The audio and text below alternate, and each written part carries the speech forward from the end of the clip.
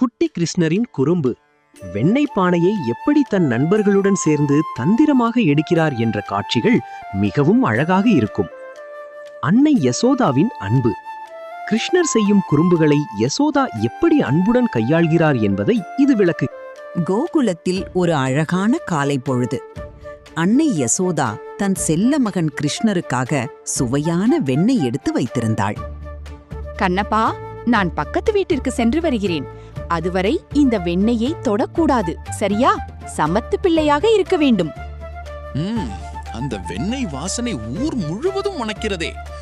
அம்மா சொன்னது ஒரு பக்கம் இருக்கட்டும், என் வயிறு பசிக்கிறதே.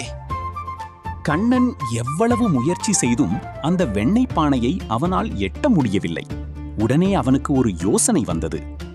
நண்பர்களே, சீக்கிரம் ஒருத்தர் மேல் ஒருத்தர் ஏறுங்கள். நான் மேலே ஏறி அந்த பானையை எடுக்கிறேன். ஆஹா, வெண்ணெய் மழை!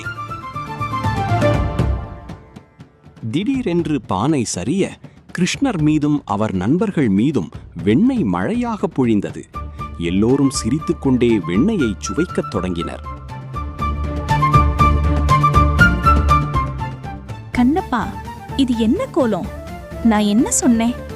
அம்மா, வெண்ணெய் தானாகவே என் வாய்க்குள் வந்து விட்டது. இன்னும் கொஞ்சம் சாப்பிடு. இது மிகவும் நன்றாக இருக்கிறது கிருஷ்ணா. எனக்கும் கொஞ்சம் கொடு. கிருஷ்ணரின் மழலை பேச்சை கேட்டு யசோதா கோபத்தை மறந்து சிரித்து விட்டாள். அந்த வெண்ணெயை விட இனிமையானது கிருஷ்ணரின் குறும்புதான். இன்னும் கொஞ்சம் சாப்பிடு. இது மிகவும் நன்றாக இருக்கிறது கிருஷ்ணா. எனக்கும் கொஞ்சம் கொடு. குழந்தைகளே, பகிர்ந்து உண்பதே உண்மையான மகிழ்ச்சி. இந்த கதை உங்களுக்கு பிடித்திருந்தால் இன்ஃபோ டாக்ஸ் சேனலுக்கு சப்ஸ்கிரைப் செய்யுங்கள்.